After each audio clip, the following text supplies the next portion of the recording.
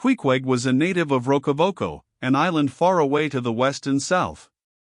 It is not down in any map, true places never are. When a new-hatched savage running wild about his native woodlands in a grass clout, followed by the nibbling goats, as if he were a green sapling, even then, in Queequeg's ambitious soul, lurked a strong desire to see something more of Christendom than a specimen whaler or two. His father was a high chief, a king, his uncle a high priest, and on the maternal side he boasted aunts who were the wives of unconquerable warriors. There was excellent blood in his veins, royal stuff, though sadly vitiated, I fear, by the cannibal propensity he nourished in his untutored youth.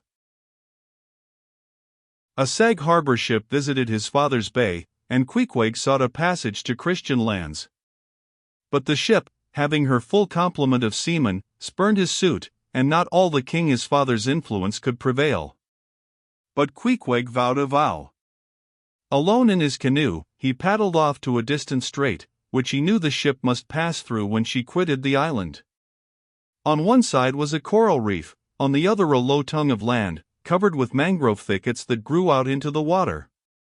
Hiding his canoe, still afloat, among these thickets, with its prow seaward, he sat down in the stern, paddle low in hand, and when the ship was gliding by, like a flash he darted out, gained her side, with one backward dash of his foot capsized and sank his canoe, climbed up the chains, and throwing himself at full length upon the deck, grappled a ringbolt there, and swore not to let it go, though hacked in pieces.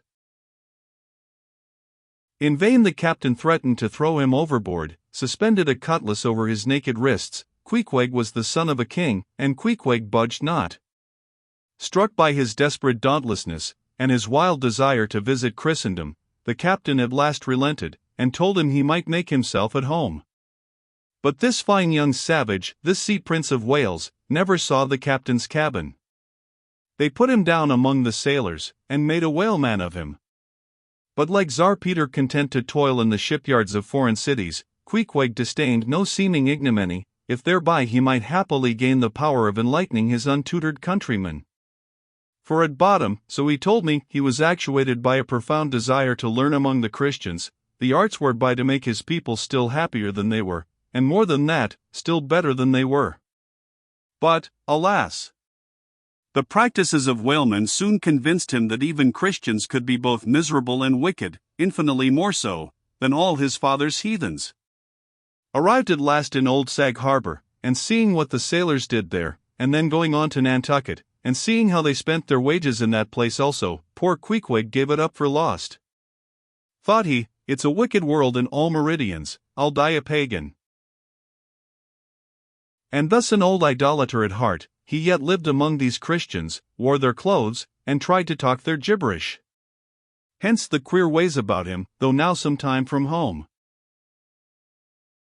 By hints, I asked him whether he did not propose going back, and having a coronation, since he might now consider his father dead and gone, he being very old and feeble at the last accounts. He answered no, not yet, and added that he was fearful Christianity, or rather Christians, had unfitted him for ascending the pure and undefiled throne of 30 pagan kings before him. But by and by, he said, he would return, as soon as he felt himself baptized again. For the nonce, however, he proposed to sail about, and sow his wild oats in all 4 oceans. They had made a harpooner of him, and that barbed iron was in lieu of a scepter now. I asked him what might be his immediate purpose, touching his future movements. He answered, to go to sea again, in his old vocation. Upon this, I told him that whaling was my own design, and informed him of my intention to sail out of Nantucket, as being the most promising port for an adventurous whaleman to embark from. He at once resolved to accompany me to that island, ship aboard the same vessel, get into the same watch, the same boat, the same mess with me, in short to share my every hap, with both my hands in his, boldly dip into the potluck of both worlds. To all this I joyously assented, for besides the affection I now felt for Queequeg, he was an experienced harpooner, and as such, could not fail to be of great usefulness to one, who, like me, was wholly ignorant of the mysteries of whaling, though well acquainted with the sea, as known to merchant seamen. His story being ended with his pipe's last dying puff, Queequeg embraced me, pressed his forehead against mine, and blowing out the light, we rolled over from each other, this way and that, and very soon were sleeping.